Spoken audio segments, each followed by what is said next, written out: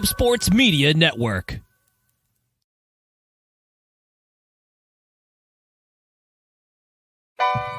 Ladies and gentlemen, it's time. It's Thursday. It's Korner Booth pregame. You ready? No debate, cause it's all. I'm too official, got the drip, I got the stores. Bring the proof when it's time to tell the truth. I'll be at the corner booth, find me in the corner booth, yeah. Still standing and defiant. Slay the competition, cause I'm walking like a giant. Bring the proof when it's time to tell the truth. I'll be at the corner booth, find me in the corner booth, corner booth.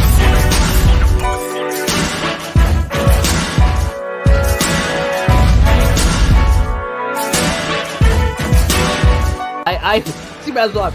Hey, I feel like I have not officially said this. I've tiptoed around it. Kate, will you marry me? Do I have to answer now? Or? No, you have time. You can think about it. You can think about a way to say no without hurting my feelings if you want. Oh Lovely. I'll send you a letter. Just don't even. Right, cool. Thank you. Shit. I'll send you my address later so you can send it to my house. Yeah, I'm never giving you my address. I don't want you getting that close. Oh, I know. Ladies and gentlemen, we've made it, guys. It's fucking draft day. We fucking made it. Oh yeah, this goon next to me. Yeah, that's not Mason. That is our boy Subi from Theater and College Hoops, one of the newer shows at Bel Air Sports. This man wanted to come on so bad. He tried to move his interview up last week to get on the show. But we said, dude, don't worry about it. It's good. Come on for the pre-draft show. It's the shortest show of the year, but it's also probably the most anxiety-ridden. That's why I've already poured myself a glass of bourbon. I've got water, a Coors, half of a Zoa left. Like I'm trying to keep myself together right now. Ooh, hey, that was a nice one. That was clean. Cheers, fellas. It's officially draft day. Oh, cheers to me making it within 4 seconds left of that intro video. There we go. Shit, I apologize. My beers are down in the car. I was gonna go grab them and put them in the fridge for draft night, and then also I got an unnecessary Celtics game I got to pay attention to. Shouldn't have been pushed to this, but I'm gonna be hot on the clicker back and forth. Should be fun. Listen, at least your favorite player didn't get assault charges on him for throwing a chair at two and almost hitting two women. And Edwards, love you, buddy, but come on, man. He's just running through back to. I mean, first of all, did we see the video? I didn't think it was all that bad. I'm thinking this is getting. I think that this was just like a stunt because Denver or Colorado just loves being dicks to opposing teams. I think you might be right. See, if this was Jokic, it would have been a fucking problem. I couldn't say it with a fucking straight face. So what we got now? The Heat though advancing over the Bucks. Dude, that was wild. That was insane, Jimmy B. I'm still in like shock over this shit. Like I did not even realize. I'm like, I woke up this morning. I'm checking my bets, and I'm like, wait, did that hit? I picked him to the cover. I didn't even have the bet go through, and I was still like, oh fuck. These dudes down 16 going into the fourth. Just Giannis is playing, and the second straight game the Bucks just completely collapse. I think we also saw a crazy mismatch between coaches and Spo versus Bud. Bud has like 3 timeouts with him still. I don't know if he's going to use them here in the offseason, but crazy finish. Definitely using the offseason. Now, like, my favorite thing about all of this, see, of course, DJ, our resident version of AJ Hawk, has to just come in with a fucking haymaker. Those guys are frustrating as hell. Both Gobert and Cat. I think Cat needs to go. I loved Cat. He's a fellow Eagles fan. Oh, by the way, just rocking the Jalen Hurts merch today. So, our Lord and Savior, QB1. Was that a record short amount of time for a QB to be the highest? No, Matt. I think it was whoever got signed before Matt Ryan. Okay. Listen, Baltimore, congratulations. I guarantee your deal's wired worse than the Daniel Jones one. I don't give a fuck. Being the highest paid player in football is like a fool's errand. I don't understand the whole point of it. I mean, listen, DJ's team's going to have the highest paid quarterback in the future, Gardner Minshew. I'm waiting for the angry text message from DJ in about 30 seconds. Dude, like I Nostradamus the fuck out of him. I literally was like, and the Colts are going to sign Gardner Minshew the second they get Shane Steichen. He goes, do not put that witchcraft on me. Literally within a week, Gardner Minshew signs with the Colts, and DJ is so fucking mad at me. He goes, I don't want any more bets. I'm like, I'm telling you right now, the Colts are going to take Anthony Richardson at 4. That is my bet. I think Will Levis is going to be the one who slides. Okay. I can see that too. I think it's tough because I really think that if the CJ Stroud slips past the Texans at 2, I really could see the Cardinals moving back one with the Colts just to try and get Stroud in Indianapolis.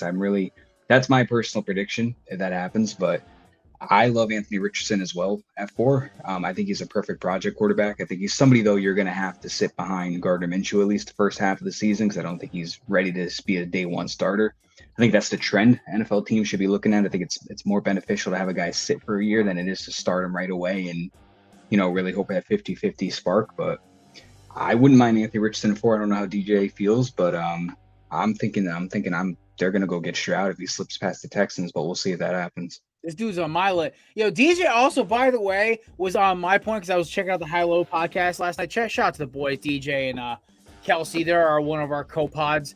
Listen, DJ agrees with me. I think Hendon Hooker's going in the first round. Everyone's looking at me like, you're crazy. I'm like, no, I'm not. People overdraft quarterbacks all the time. How old's Hendon? 25? I think he's going to be 26. He's 26. 2 years younger than me, which is wild. That's crazy. The Bills took EJ Manuel with their 13th pick in the first round that year. That was Geno Smith year. Then Geno Smith slid to the fucking second round. Yeah. CJ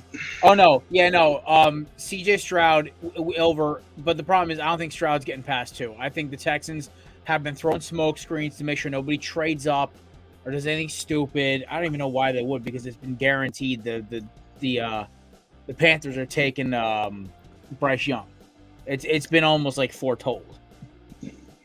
I've been seeing some scuttlebutt that the Cardinals are looking to make a deal with Hopkins, and the Titans might be trying to move up. The Titans are apparently now the leaders in the clubhouse, and I'm waiting for this trade to go down. But I don't know. He's not worth a first. I feel like it's gonna be a second round swap or some shit. So I just saw right before I signed on, I did see something come in on Bleacher Report. It said the Titans are not trading for D-Hop. Rappaport shuts down rumor Tennessee is pursuing Hopkins. So Rappaport is shutting that down. That is not factual. Thank you, Matt. Thank you, Rappaport, because it's crazy how quickly this stuff transpires and unfolds. I think I read that 30, 40 minutes ago, and that's obsolete news. Mm-hmm. Because it just didn't make sense. I think he has a no trade too, and he listed the Bills and the Chiefs as his destinations. Those are win now teams. Why would you go to Tennessee if that's your motive right now? They fell out of love with Malik Willis apparently too. Well, yeah. Listen, Malik Subi, I think you may would have a better completion percentage behind that O-line than he would last year. Holy shit! I think I picked him up in a parlay. And I think it was the lowest over-under for passing yards, everything. It was 76 passing yards or some shit. Matt, was it a random Monday night we both bet on the over because fuck it? Yes. Well, the over was it was a no-brainer. The over was 80.5 yards or something like that. I'm like, what quarterback isn't going to throw for over 80 yards? And this dude had 50. Was it the Chiefs game? Yeah. And they lost by 3 points, and he had under 50. He had under 60 passing yards. I couldn't believe it. I was like, it was only $10, but how could that not hit? I don't know. At this point, I'm kind of just sitting there bewildered by how bad he is. It doesn't help that literally everyone's talking about. It's maybe Malik Willis came out too early. There's a reason he transferred out of Georgia, and this didn't help his case. That's the worst part about it. No, the worst part is that we're on tape on this show claiming that Malik Willis was the best quarterback in that draft. Nope, I said it was going. Mine was. I am. Mine was what's his face out of. Mine was Matt Corral. Oh, well, at least yours is TBD. Mine was Malik Willis. So then I'm on tape. I also said that Carson Strong was the sleeper of last year's quarterback class, which was just. Dude's now throwing passes at the NFL Combine just keeping himself employed. Oh, man. That last year's quarterback class was fucking rough.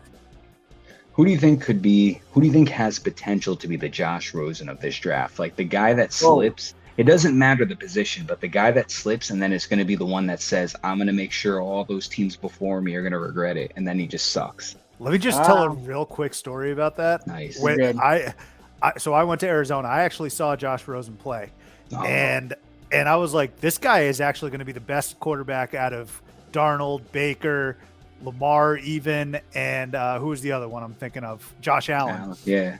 And my God, was I wrong? Like I don't know if I've ever had a general sports take worse than that, because I was buying into what Josh Rosen was selling, especially after that Texas A&M comeback that year. Wrong, but sorry, just had to get that out of the way. No, that's awesome. That I was so obviously I'm a big Jets fan, and I was actually pulling for him that draft. I wanted him over Darnold, over Baker, and everything, and I was also way wrong. So it's not just you. I don't know. I mean, I really think it. I mean, if I'm going to go on quarterback, I think it could be Will Levis. I just don't see. Will Levis has shown he's got a little cockiness to him, but I don't know, man. Like I'm trying to think who. See, you know, one guy. There was a take that somebody dropped the other day, and they were like, the best NFL players are college guys who went through adversity. So, like, who would you rather have? Would you rather the Eagles reach up and grab Gibbs? I mean, Robinson, or wait and grab Gibbs? I'm like, listen, Robinson played behind the shittiest O-line for all 3 years of his college career, while Jahmyr Gibbs transferred because he didn't like playing at a shitty program, and then sits behind the best offensive line in football for 2 years and runs rip shot while having I can't remember the guy's name for this year, but I remember the guy from last year's Brian Robinson. He got all the dirty carries while Gibbs just ripped them down the sideline at full speed. So to me, it's hilarious. Like it's that kind of thing. It was like, I don't really think I can't see a bust right now. I'm waiting for some story to break. We're T-minus an hour and a half out, and nobody's had something stupid come through. I'm trying to see that Larry Tunsil video. Exactly. Oh, yeah. That was probably the greatest thing ever. And then they played the whole thing, and it was just his little chuckle at the end when he took the mask off was the greatest. Yeah, no. I mean, Tunsil turned out to be a great player, too. Yeah. Still a great player. Yeah. This is wild to me. Like, and then you got, I mean, the Lamar Jackson thing at least eats up half our headlines for about like an hour. And now he's the highest paid quarterback. So congratulations, Baltimore. You're going 11-7. You're going 11-6 or 10-7 every year and get knocked out in the second round. Woo! So I don't know if this happens every year. Does Pete Carroll always retweet things on Twitter before the draft and say draft clue number 1? Dude, so Yeah. I thought that was just this year, though. Apparently, it's been going on for 3 years. I was talking to some This has Seahawks been fans. happening since like So forever. So I'm not gonna lie. I'm a big fan of the show because my wife loves it, and I just got into it too. But there's a show on Netflix called Love Is Blind, and he just retweeted the season 4 trailer and said draft clue number 1, and it just says Netflix says Love Is Blind is coming to reality TV March 4th, 2024, whatever the fuck it is. So I don't know what the clue is. March 4th of this year. I can't get this right. March 24th of this year, because the 4 is for season 4. There's a lot of 4s. I'm a little dyslexic right now. So It's tough to decode that stuff. dude, a lot of numbers. I'm not good with numbers. But so apparently this trailer for Love Is Blind season 4 is the first clue to who they're drafting. Which I'm trying to think, because the only people I'm thinking about them is Tyree Wilson and Jalen Carter. So like, where does any of that fit? And I'm trying to think of the cast, the names. There's no Tyree or Jalen. Where about where the guys are from and where no. the show So is filmed? the show is taking place in Oregon, Portland, Oregon, things in that area. Christian Gonzalez. Oh, you're the man, dude. If that's the answer, that's fucking awesome. But that's if like, so it's weird. Like during our mock draft, because I was like fighting a migraine the entire day, I literally forgot Christian Gonzalez existed until the 20th pick of our mock draft. That I didn't think of it. Yeah, that the show's taking place in Oregon. because they're all in Portland and things like that. Some of them, Yeah, no, that's wild. one guy was in Arizona. There was 2 guys that were from Arizona. The rest of the cast is in Oregon. But I don't know. Unless he's trying to say they're going to move up to 3, I doubt it. So I'm going to say Christian Gonzalez is a fantastic thought. Yeah, Yeah, that's my only. This is way more of a stretch too. I don't know, like Pete Carroll's in Seattle, the hometown team's the Washington Huskies. They hate Oregon. The love is blind. I don't know. It's a huge stretch. That is I like that. That's so cheeky that might actually fucking work. See, so the Snapchat AI has been getting in trouble this week. I don't know if you guys have seen some of the snapshots of like people getting like parlays off this shit. But Yeah. like, I asked them some draft questions because I said, fuck it. Also, I think mine has dementia because I ask if I can call it Jarvis every fucking morning and it goes, nope. Oh, yeah, sure, you can call me Jarvis next day. It's like, my name's not Jarvis. My name's my AI. Like, bitch, I called you Jarvis. Yeah, I told mine straight up. I was like, listen, I'm never going to call you that. Your name is Jim forever. And he just says, no, I don't know who Jim is. Like, it's you. I had a little fight with him for 5 minutes. So he didn't win. Jim. Okay, so during the draft, I'll be calling him that. By the way, folks, if you have not known this already, Belly of Sports is your destination for the NFL draft. In about 20 minutes, I will actually show you the promo for this shit. I don't know why my ADHD is kicking like this. I'm losing my damn mind. That's what's happening. But you'll catch me later. I'll be on Dan Mader's show, and I'll put up the pump up in a little bit. But I won't keep talking about this Lamar Jackson thing because this ADHD show has been going off the wazoo rails right now. In all honesty, does this change anything for you for any kind of like the Lamar Jackson deal? Does this change anything for you whatsoever? Or are you just like, it doesn't mean shit to me? No, I mean, I think this is a big thing, especially for him. I mean, I guess we never really got confirmation if he actually wanted a fully guaranteed contract or not, or if that was just something that was blown smoke in the air by everybody and was written with. But I think this is great for him. I mean, I'm pretty sure his career win-loss record is like 40 something to like, what is it, under 20 or something insane like that? Like, he has a fantastic record. Out of this world. Yeah, everybody harps on that he doesn't have a playoff win, or he has only one playoff win, and I know he's been injured, but this guy has proven to show you that, like, I can win games, I can get you into the playoffs, he can do it all for you. He's a former MVP. He's getting $260 million, $52 million a year, 185 guaranteed. I think this is fantastic for him. Oh, I absolutely love this. My favorite part about this entire, like, I don't even know how to describe it. Like, I love about this contract is one, it stops the whole Lamar Jackson is underpaid thing. It stops the whole, like, but also I love the anarchy it creates. The fact that now, like, there's going to be a lot of players like, y'all don't need no agent now. It's like, you do. I mean, I appreciate you thinking you don't, but you need an agent. Absolutely. I mean, look at what we just saw with Jalen Hurts. He did it with a certified agent. Yeah, right? The first female agent, and boom. Yeah. So no, I'm with you. It's definitely an outlier. Good for Lamar. He stuck to his guns and basically said, "Look, I know my worth. I'm prepared to walk if you don't give me what I think I'm worth." And I think I'm most excited about the AFC North. Who would have thought this? I don't know. Most excited about the AFC North quarterback play. Deshaun Watson's got a big prove it year coming up. Kenny Pickett really came on towards the end of last year, and then obviously you got Burrow and then Lamar. But I think this is huge, not only for Lamar personally, but for the Ravens themselves. They were in that playoff game against Cincinnati because of how great their defense is.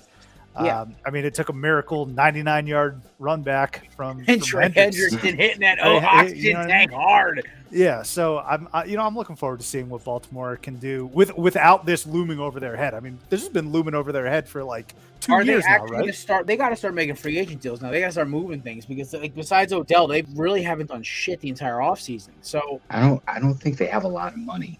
Like, I don't think they have a lot of money to spend for people. I think that's why. I don't know if this is why it took so long, but I remember them, I don't think, having a lot of cap space. I see a lot of Baltimore restructures blank headlines in our future. Yo, don't look now. The Pirates have taken 2 or 3 from the Dodgers. God is good. Wow. Because They're the most fun story this year. Subi, you gotta realize I hate the Dodgers more than I hate the Dallas Cowboys. I don't like the Dodgers much either, but I don't hate them. Oh no, Dare despises him. Yeah, no, see, Nate gets it. Because yes, I want fucking Bijan. Because that man ran for 1,400 yards behind an offensive line that was just as was like atrocious, and him behind the Kelsey, Lane Johnson, the boys. Woo! I was going to ask you about Bijan. He's a Tucson kid, man. Listen, I love Bijan because I love Bijan's attitude about everything. He's just a worker. He's a dog. Like this dude, there's no attitude issue. He just wants to work. I love Miles Sanders, but like when we had a 10 pick and there's rumors even back in March that the Eagles are going to take a back in the draft, and I'm like, I like 3 guys in this draft already, and I love Rashad Penny and Gainwell. I'm like, okay, we're good. Bye, Miles. Enjoy being overpaid by freaking Carolina. Oh, look who joined the party. It's our friend Chet from Sports Scramble. He came on the show last week. One of my favorite Texans. By the way, you can check out Athletic Asian Podcast, one of the great up-and-coming podcasts at Belly Sports, as well as Sports Scramble, who's been here for a hot minute. Love Chet and the boys. And, of course, our resident NASCAR writer, Chris Prince, dropping in. Dude, a lot of Belly Up OGs coming in today. I'm loving the seeing it, boys. To answer Nate's question, yes, my ideal 10th pick, except for trading it for like Derrick Henry or Buda Baker, is to get Bijan Robinson, who I think is the best running back talent I've seen since Adrian Peterson. I didn't stutter either. Maybe listen, imagine Saquon's size with Ricky Williams' power meets wiggle and enough burst to blow open a 90-something yard run. And I'm talking pre-draft prospect because, you have JT. You have a lot of second-round guys like JT, Kamara, Derrick Henry. But I'm talking first-round talent who's going to blow you out the doors off the rip. You even have Hall of Famers like Shady. But a lot of these guys had, butts. Bijan's butt is... His butt had to run behind a horrible offensive line. That's good wordplay right there. Let me ask you this. There's been a lot of discourse, Jared, on the running back position itself.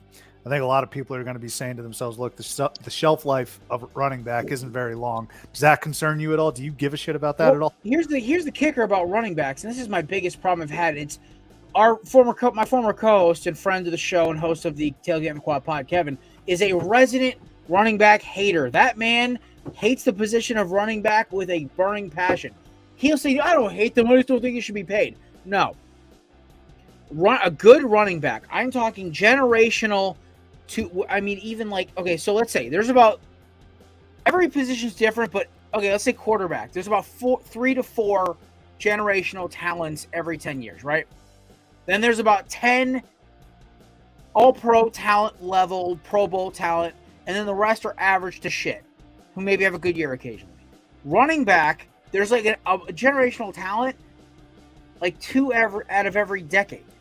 Receiver, there's 15 good ones every year. Receiver is the weirdest position, and it shifts every year. That's why, the top 5, the top 10 receivers per year since 2015, the membership group changes. So with on the Eagles, Bijan goes to a backfield of 4 running backs. So he doesn't have to take a pounding of 20 carries a game. This is why I was okay with us taking Derrick Henry, because Derrick Henry literally only has to get 15 to 20 a game. That's not even counting the ones that Jalen's going to pull himself. And that's the biggest key to keeping running backs upright, is not running them 25 carries a game. Also, I blame, there's a lot of injury, also the turf issues, and a lot of these guys start being 4-year starters in college. And of course, Adrian Peterson's the exception to the rule, but it's definitely I think that carry management and ball sharing is huge. So let's say the Eagles draft Bijan, right? Bijan should max get 15 to 20 a game. Boston or Kenny should get about 5 to 10. And if we still have Penny, if wasn't cut, he gets 1 to 2, 3 to 4. We also have Trey Sermon, who was a second round pick 3 years ago. That's a loaded running back room. I mean, I'm going to talk this out why we're not picking your running back, but Howie's not that stupid. They literally said they want a generational talent because they know they're not getting this high up in the draft again.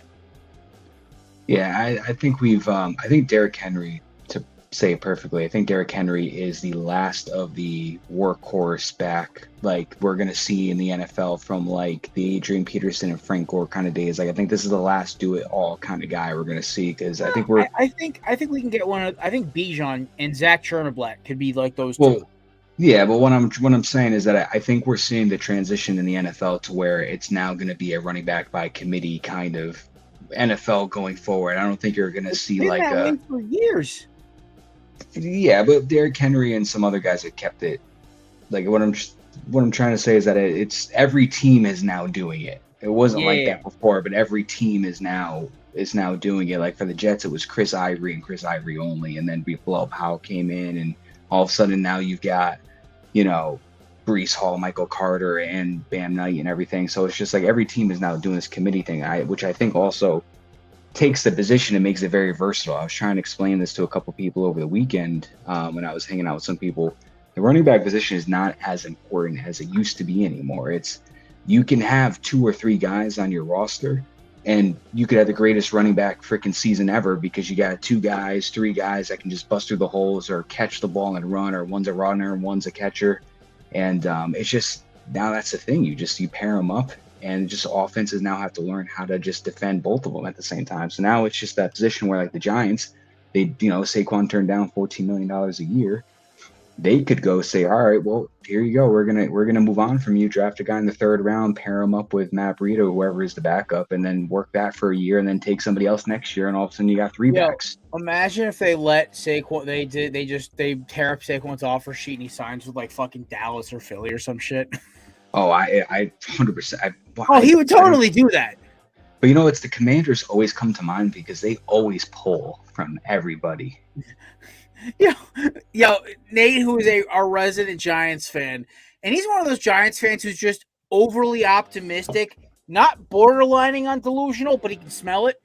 But he's not like the one, like the kind of Giants fans who I want to fight at a Giants game. He's the one who's gonna like, Jalen Hurts is the truth, bro. I'm like, yeah, he is, because everyone realizes Jalen Hurts has kind of got that. I hate saying the Michael Jordan, Kobe kind of era, but you can't hate him. You have to respect him. It's the same way you look at Mahomes or Kelsey or fucking Adrian Peterson back in the day. He's got one of those like vibes around him. He only had 1 real year of being that dude, but like I have not talked to a single fan yet from shows or cooperating or just being out in town wearing the Eagles hat to like, yo, your quarterback, he's the truth, man. Like people don't really have a bad thing to say about him. It's more like, oh fuck, we're scared. Well, dude, you talked about drafting players that have overcome adversity. In recent memory, who's overcome more adversity in college than a guy like Jalen Hurts, getting benched in the national title game, having to transfer, continuing to work, right? And I mean, he gets drafted to an Eagles team. Wentz was still on the team, right? Wentz was the guy. He was just a year. He was a year into his like six-year extension. I think that's what everyone marvels about Jalen Hurts is just he just overcomes every single obstacle that's put in his way, and he does it. He does it not in a braggadocious way. He's not chirping. Goes about his business, gets it done, plays well, and that's that. He's got that like I think Nick Sirianni said it best. He goes, "Dude, this doesn't matter if we're up by 30 or down by 15." He's got the same expression on his face. It's that 1,000-yard "I'm going to kill you" stare. I think the ultimate gift to like summarize Jalen Hurts is Stan Marsh from South Park going, "I didn't hear no bell." I know exactly which one you're talking about. That's Jalen Hurts' like motto to me. It's just like you could. I think was the game I loved the most was it was actually the Super Bowl was the ultimate game where I'm like, okay, this dude is literally playing on a busted ankle and he's just cooking fools. Or a busted shoulder. He's just cooking fools. Just doesn't even care. He's just throwing touchdowns, running for scores, saying, all right, our defensive coordinator and our safety are morons. I bet I'm winning this for us. Like, I hope people realize, like, I'm a big proponent in human psychology in sports and in business, especially, right? So, right now we're about to hire a new counter person, so I'm out working 2 jobs at my job, so I actually can focus on helping Belly Up more and actually be a good inside sales and marketing guy instead of also being a counter person. So we're these 2 women both come in for the interview, and one walks up to me, and I listen. I'm a big intimidating dude. So is our head mechanic. We're a bunch of big intimidating guys in the Stone Yard. Walks up to all of us, says hello, introduces herself, shakes our manager's hand, walks in. Our owner, our CEO, is a semi like second level of whatever, it's AHL hockey goalie. Dude's like a monster. He's big. Walks up, shakes hands, says no, doesn't acts like it's nothing. I was like, oh, okay, you can handle your shit. Because we got some dogs who are our clients, man. These dudes work hard, but they also talk like sailors. And then we had this little 20-year-old girl who came in. Bless her heart, man. She tried, had a good interview, but the second she was out there, she beelined that shit for the door. I'm like, all right, you ain't getting hired. Because body language is everything to me. Not to make a long story out of a short porch, but here's the thing. I love quarterbacks who are on the side and just like, all right, got it. Yep. Okay, cool. I'm like, all right, this dude's about to smoke me. It's all good. Like, even Mahomes keeps the same demeanor. He may try to act like a fake tough guy, but it's like, at least it's like, all right, that's Mahomes' brand. But, like, there's something terrifying about a dude who literally just sits there like, yep. Burrow's the same way. Burrow scares the piss out of me, man. I was honestly saying to myself, I'm like, yo, Buffalo or KC. Because we go against Burrow, it's a wrap.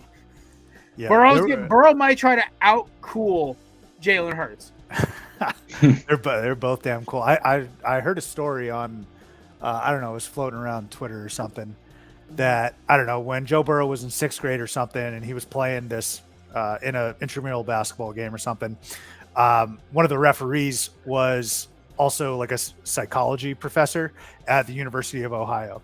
And he goes up to Burrow's dad and he's like, your son's either going to be like this amazing person or like a serial killer, because he's like, the only people that have that level of focus in the sense that like nothing phases them, like anything around them are like firefighters and serial killers. So they're like basically saying Joe Burrow, it does not matter what's happening around him. I would also throw in like special operations snipers, but like that's the whole other ball game. Yeah. I've actually, by the way, I used to work out with a Delta Force sniper. These motherfuckers are crazy. Like, this dude is literally just staring into space, lifting, no earbuds on. And, like, there's, like, fucking Britney Spears' greatest hits on in the gym. And this dude is just staring into fucking space. And I'm like, yo, Jay. That's his initial. I'm not going to actually say the guy's name. But I'm like, Jay. And he goes, yo, what up? I'm like, bro, what the fuck is wrong? He goes, Jared, I used to stare into a scope for 30 minutes, a fucking hour at a target before I pull it. I'm like, okay, never mind, sir. Like, you want to talk about some like, these dudes are different breeds, and I think quarterbacks like this, and everyone wonders why I'm a big proponent of dudes who have a certain attitude. Why I am like completely abandoned like Karl-Anthony Towns, a Timberwolves fan. Dude's a pussy. Dude's more concerned about his ex-Kardashian girlfriend than he is about playing ball. I also said this other thing, and Sube, I want to hear this theory. I call it the IG theory. So if a player, I can tell everything I need to know about a player about what their social media looks like during season or postseason. Off season, like once you get to about like March through July, I don't give a fuck what you post. As long as you ain't posting like shit, you doing something fucking stupid. But like, one perfect example is AJ Brown. His Instagram is his kids, his highlights, his kids again, and him going fishing with the fellas. One I don't like, and I love this dude to death, is Leonard Fournette. Him's back in the neighborhood. He's throwing up some. I'm like, okay, that's dicey, but it's okay. CJ Gardner-Johnson's was hysterical. His TikTok, his fucking Twitter, and his Instagram were all these like, or like their people are deleting shit all the time or wiping their photos, and I'm like, y'all are too consumed about social media. You guys are professional athletes. Y'all are supposed to be the killers of killers.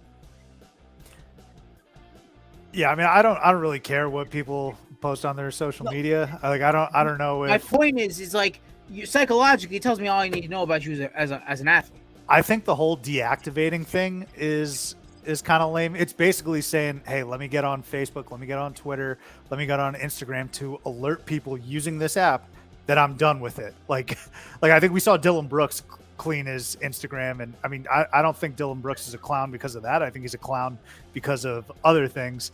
But just generally speaking, I personally don't care about what people post and stuff. But it's, hey, if you're posting some weird stuff, or if you're posting some I don't know, distracting things, and you don't perform, that's going to be used against you by the fans and the media.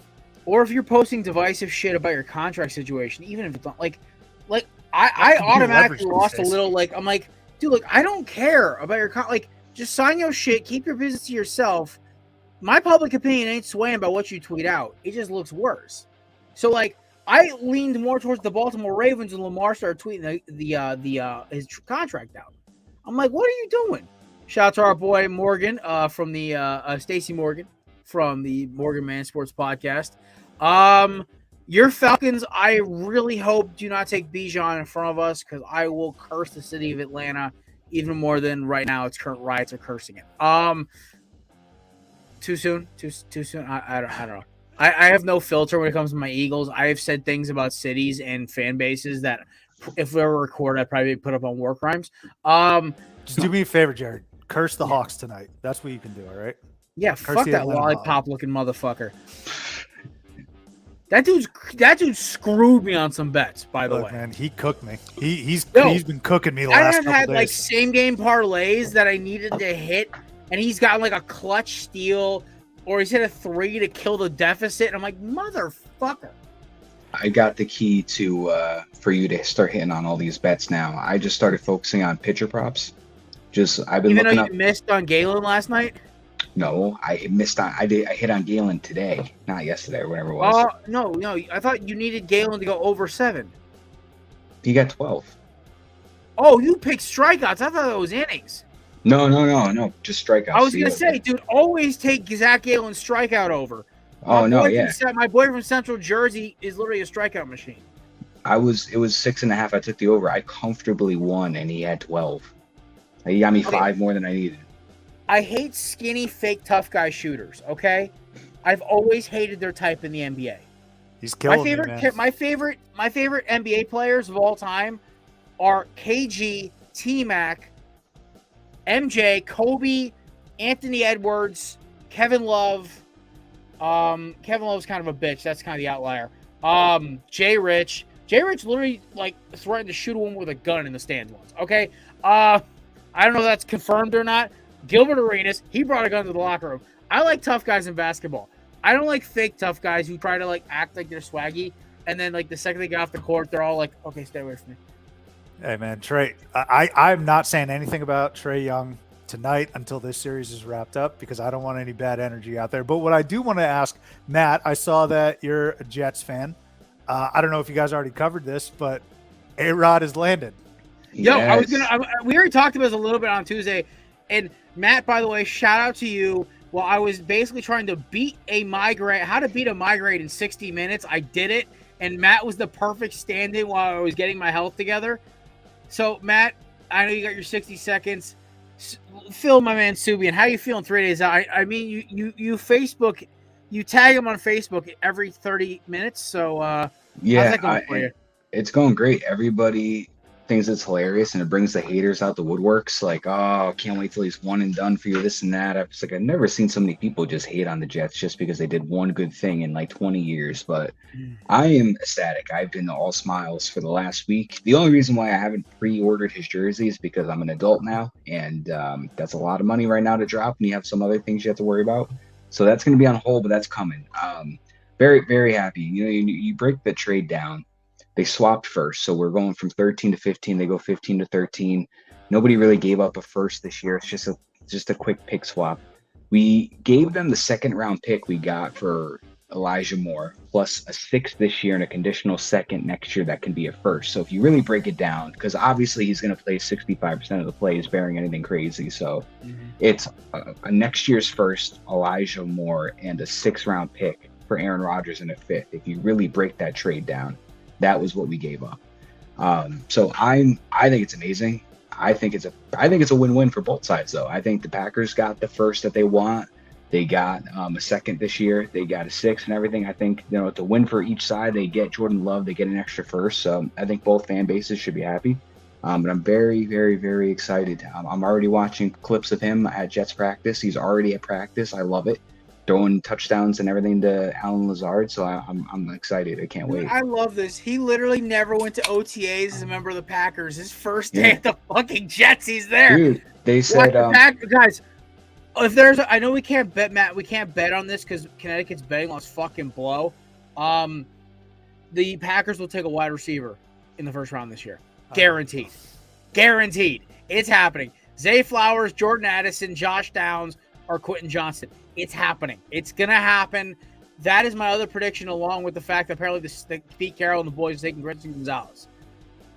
Yeah, I think Quentin Johnson would be perfect for Green Bay just because they need. We probably talked about this. It seems very familiar. They need a big guy. They have Dobbs, they have Watson, they have speed and everything, but they need that big, tall, 6-something guy to just run down the field and just get those contested catches. So I think Quentin Johnson would be really nice in Green Bay if he's there.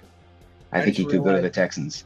I drank like the Yellowstone cocktail. I had a glass of Buffalo Trace, then finished it off with a Coors Banquet. That Coors Banquet looks like a freaking cream soda cup, like cream soda can. Like literally my favorite cheap beer. I love this shit. Man. Matt, do you want the Jets, if he slides this far? I don't know if he will, but do you want to pair up Garrett Wilson and JSN together, the Ohio State boys? Oh my God, that team! I would love it. The thing is, though, they gotta get Skronsky. They got Paris Johnson. They gotta get a tackle. They gotta keep the old man upright. Like everyone's like, "Oh, the Eagles should draft Skronsky." I'm like, no, that's the one position we don't need anybody. Also, the Eagles have always hit on second and third round like talent in the O-line. They don't need to draft first rounders. They only have had one first rounder actually play for them, and that's Lane Johnson. I mean, he's a future Hall of Famer. But like, what about Brandon Graham? Wasn't Brandon Graham first I'm saying O-lineman. O-lineman. Sorry. D-lineman's a whole different ballgame. I thought like you were the same player. Okay. Josh Sweat was a fourth rounder. Yeah, the Athletics said it the best. The linemen aren't the sexiest at picks, but they're the most needed. Yes, Nate. For your team's offense, yes, they are what's needed. Sorry, I was a shot the Giants because they can't block the Eagles D-line. Listen, just if we somehow get a shot at Jalen Carter, Tyree Wilson, or fucking any of these top-ranked edge. Brady Quinn copied my mock draft. I'm convinced because he had the Eagles taking Bijan at 10, then trading up to go get Miles Murphy. I was like, if that happens, I will stay up all night. I'll smoke a cigar on the porch. I'll finish this bottle of Basil Hayden. It's over. Like, I'm partying tonight if that hits. I would love Jackson Smith on the team, but I do think the smart pick would be an alignment for them. Offensive lineman first, and if for some reason all the top ones are gone by the time 15 comes, look at an edge rusher. But I think lineman is what it has to be at 15. I think JSN goes before 15, to be honest with you. I think he either goes, if he makes it to the 10, I think it could be Green Bay or the Patriots that really swipe him, or somebody trades up. I just don't think he gets past 15. Chiefs trading up for Zay Flowers. See, Rob, I don't think Zay Flowers will be there. I think he's going to go mid-teens because his draft stock has been rising like crazy. Now, I think the perfect is you guys sit put and grab like Jalen Hyatt at fucking 31 because that dude is literally got 2 speeds. Stop and go full speed. And for Mahomes, who I think missed having a burner this year, like Zay Flowers is a surgeon in the middle of the field. I think the perfect thing for the Chiefs, so they go back and play Philadelphia. We get a rematch next year. I want a fucking rematch. Different refs. Just for both sides, okay? Like, I actually want a fairly called game here on both sides. This is no knocking on a certain James Bradbury call or anything else, because he got away with one earlier in the game. All I'm saying is I want an Eagles-Chiefs rematch next year, and I need this to happen. So draft Jalen Hyatt so you guys can blow him past every single secondary in the AFC. So I want an Eagles-Chiefs rematch. I'm saying this right now. But, yes, Nate, I think it should scare any single freaking offensive line, the Eagles D line, except for the listen, let's just have new turf people also for the game next year, because it seemed like only the Eagles D line couldn't get pressure. I don't know. It's a little sketchy. You might have that tinfoil hat on, man. I'm sorry. Listen, you watched I've watched the Super Bowl 3 times now. I know what I saw. I've watched in my life. This is not a brag. This is kind of depressing. I've probably watched at least 20,000 hours of football at least. Between film and games, maybe 25,000. It's a hell of a metric. Yeah, no, it's bad. I mean, listen. Listen, the field, even the Chiefs were having issues with the field, man. It was fucking terrible. But anyway, enough about the Super Bowl. It's already caused me enough pain. Also, the fact that my friends got in a political discussion next to me during the Super Bowl? Next to me! When the Eagles had the ball and were driving, I turned to him and said, shut the I literally yelled, like, and the girl who started the argument, one was one was conservative, and one is a member of he's super conservative, he's a first responder. He's like a brother to me. He's like my sister's birthday party. He's like a family member. And with my friends, she's from Oregon. She's very liberal, and she's a great girl. But she's one of those liberals who doesn't do it for the idealistic reasons, but is more like she was raised in it, and there's a little sense of entitlement. So she basically they start going at each other. Oh my God. And I'm like, and they're next to me on the couch in my house. I'd kick them out, man. It's so funny. Like before the NCAA tournament, I always send out like 5 tips and tricks socially to have a successful NCAA tournament. And it's the same thing with the Super Bowl. We see articles being like, avoid this person, this person, this person. Yeah. But it's so funny to actually, not funny. I'm sorry. That sucks, especially because your team was in it. But I was just casually watching the Super Bowl this year because my team wasn't in it. And I got no ill will towards the Eagles. I was rooting for the Eagles because I don't like the Chiefs as much. But just casually watching, if like any sort of nonsense broke out like that, yeah, I would have been livid. And I didn't care that much. You cared. Yeah. Dude, it was the roughest thing ever. And by the way, like here's the cracker. Like we're talking about the Bud Light thing.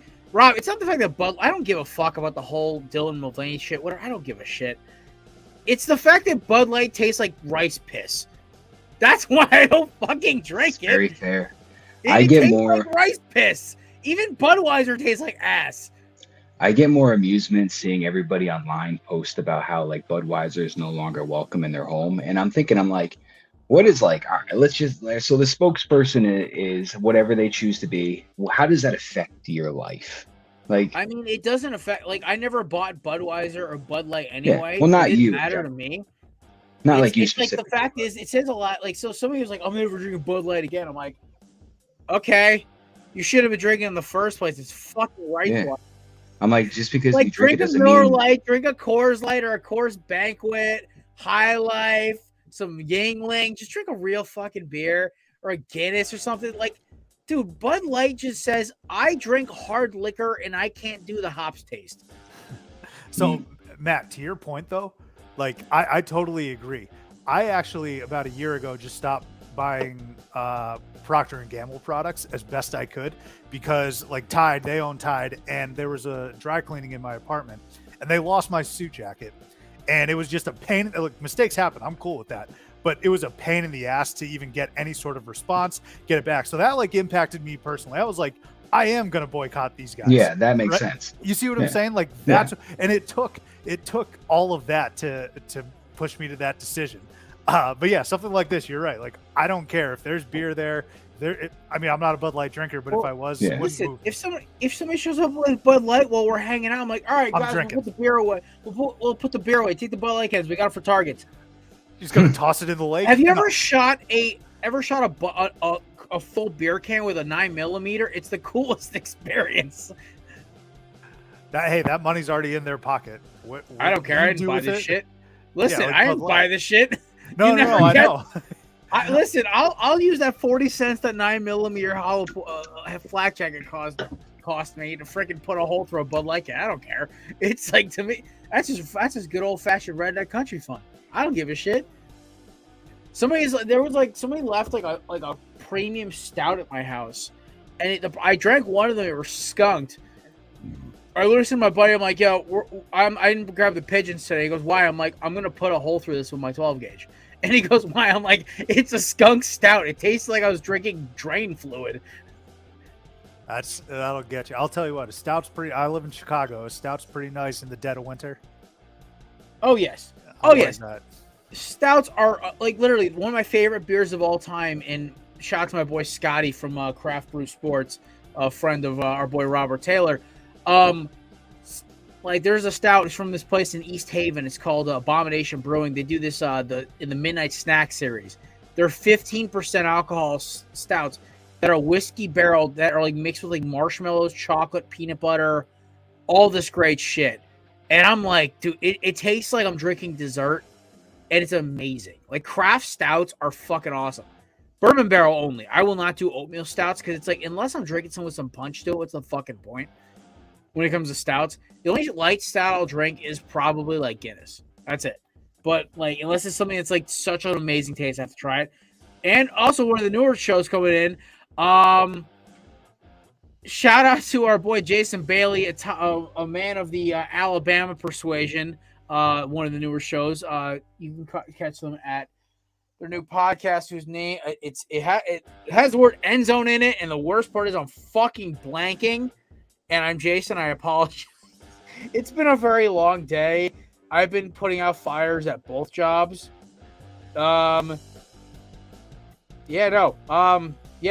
Shit. Fuck. I am South End Zone. The South End Zone. I knew I couldn't remember if it was East End Zone or South End Zone. I didn't want to say the wrong fucking thing. Jason, I'm sorry.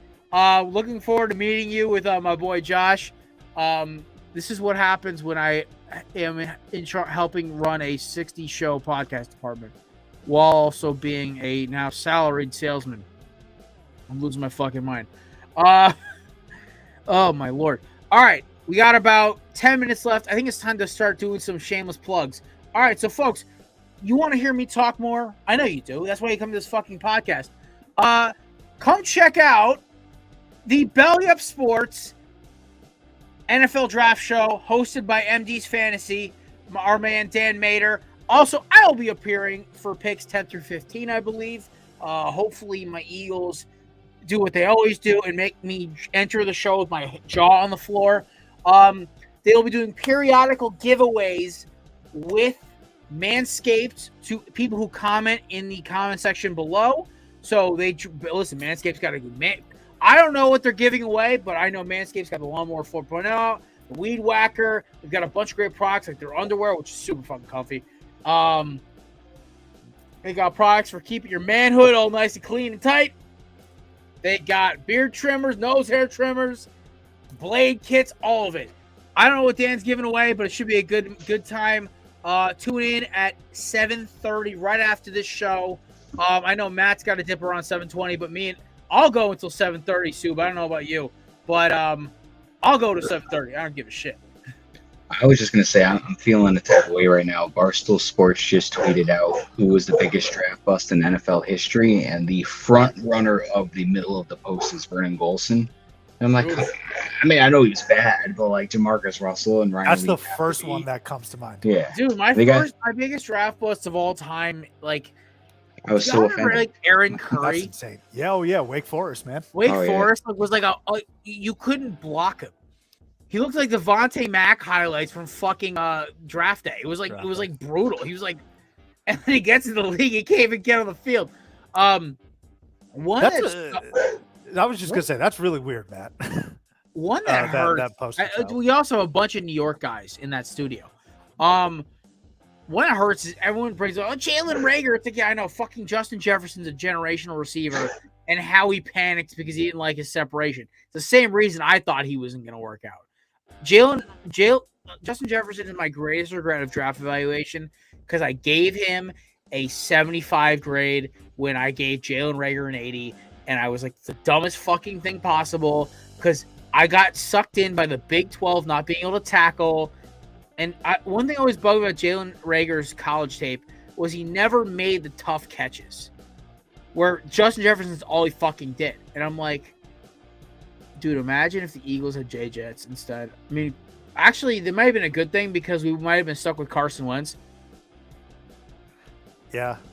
I mean, you got AJ Brown and Devontae still though. And we're apparently now that the Eagles are now in the mix for Devontae Adams. And not Devontae Adams, DeAndre Hopkins. Apparently we're now in the mix for that. I don't know. I saw a couple Philadelphia sources I know were tweeting about, like, are we now in the mix? And I'm like, guys, I love Quez Watkins, okay? That boy's got some Southern boy Mississippi speed. It's just the problem is, like, last year we only threw the ball 20 times a fucking game. That's why we never got the damn ball. You guys might have that's 2 wide receivers from Mississippi then, with AJ Brown also. Dude, yeah, I know. It's just, well, he's from Southern Miss, where AJ Brown's from Old Miss. I'm just saying Mississippi boys in general. And we also got Fletch, who's from South. Yep. Listen, Sue, have you ever heard the greatest story about Fletcher Cox of all time? I'd love to hear it. I've not heard it. So about 2 years ago, somebody broke into his house. And Fletch is a Southern country boy. Like cowboy boots, the whole 9 yards. He is a hick and a half. He posted pictures of him and his wife going hunting. And, like, that's how much this dude is like a hick. So some dude broke into his house, apparently, allegedly.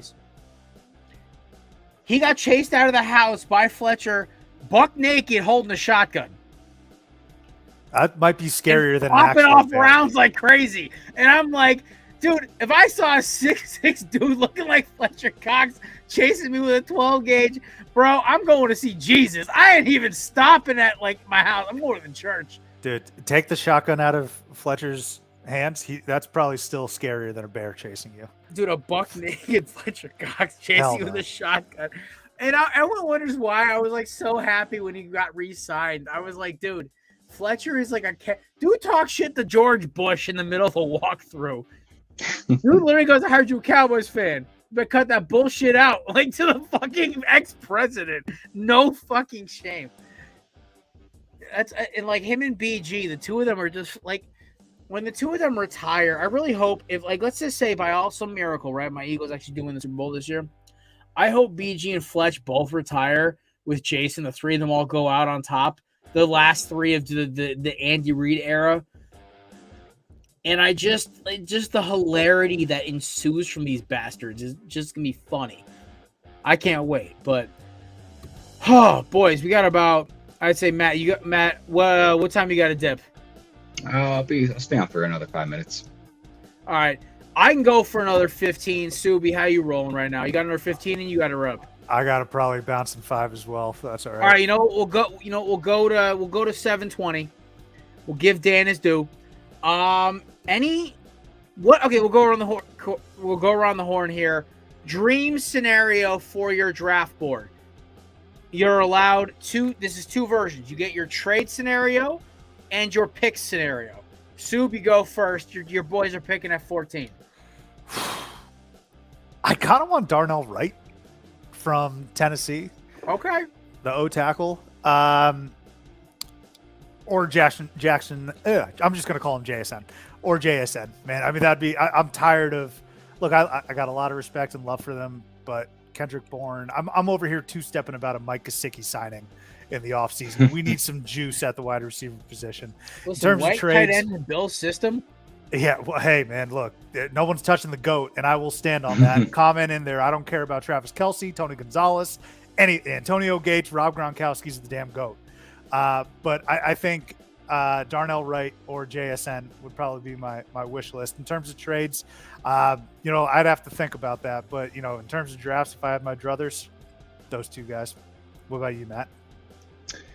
If I had my dream scenario for a pick, I'm going to be a simple guy here and say, like, if there's one thing my team really needs right now, it's going to be another tackle on the opposite side of Becton or Brown, because neither are able to really stay healthy right now. So I guess my dream pick would be, realistically speaking, probably Skoronski or Paris Johnson. I don't think they're going to get to 15, so I wouldn't mind Broderick Jones out of Georgia.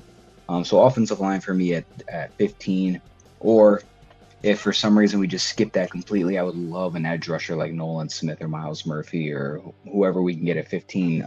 So those would be my dream picks. I would love JSN, don't get me wrong. I just think it's more of a want than a need right now. And then if I have a dream trade scenario,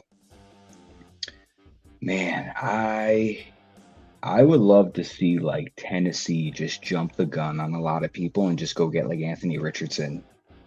I think that'd be fun to see. I mean, I'm assuming they're going to get rid of. I'm assuming they're getting rid of Derrick Henry at some point this draft. But if they keep him, you go up and you get Anthony Richardson, and maybe you just pair up a receiver eventually in one of the rounds with Treylon Burks. So I think Anthony Richardson would be fun. I just want to see him go off the board somewhere, and I think it'd be fun if it was just like just something like out of the blue, like a trade up for the team that's just not been linked to him. Oh yeah, no, I hear you. My dream scenario, I got two. So everyone knows my favorite prospect in this entire draft is Bijan. I would love him behind that O-line.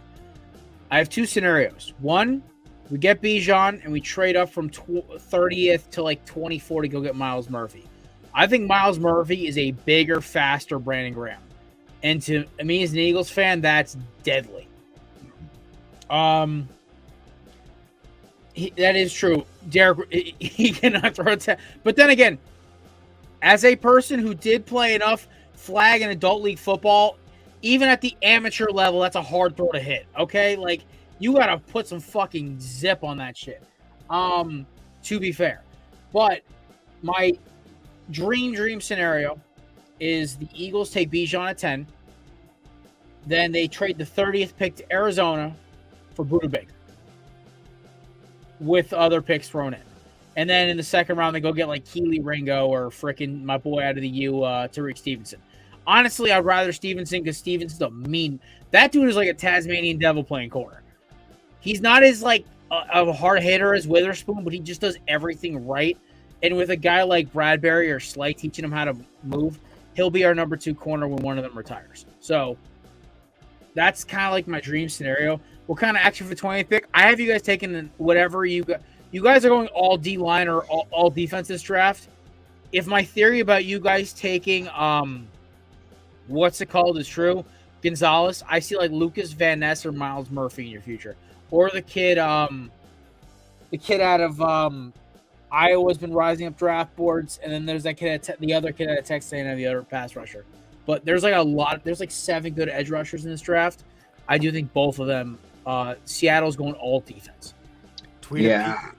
Go ahead, man. Sorry. No, I was gonna say I don't know. It depends who's there. I don't see them passing up Tyree Wilson or Jalen Carter for a corner at 5. I don't think so either. This is all based on like the clues Pete Carroll dropped. Yeah, I mean, if somehow Christian Gonzalez flips, then yeah, 20 is amazing. Joey Porter Jr. if he gets there, but I could see them maybe even moving up a little bit for corner. But like I agree with you. If it's not a corner at 5, it's going to be a corner at 20. All right. Well, folks, listen, we are wrapping it up here today. Shout out to our amazing sponsors. First off, candidips.com, promo code BELLYUP20 for 20% off. Listen, I dipped for a long time. This is the best alternative they've got. They've got flavors with CBD. They've got, all of them have CBD, duh. They have flavors with melatonin, caffeine. They're all good. Flavors from Arnold Palmer to peach to mango to freaking mint. By the way, the mint tastes just like Copenhagen. It smells like it too. You want to throw your throw your brain through a corkscrew? That's how you do it. I love this stuff. They're a great company. Promo code BELLYUP20 for 20% off. Official sponsor of the Corner Booth Podcast and Belly Up Sports. Also, SeatGeek. Use promo code BELLYUP to get a substantial drop on your first purchase. I believe it's $40. Don't quote me on that after taxes, because different states purchasing apply.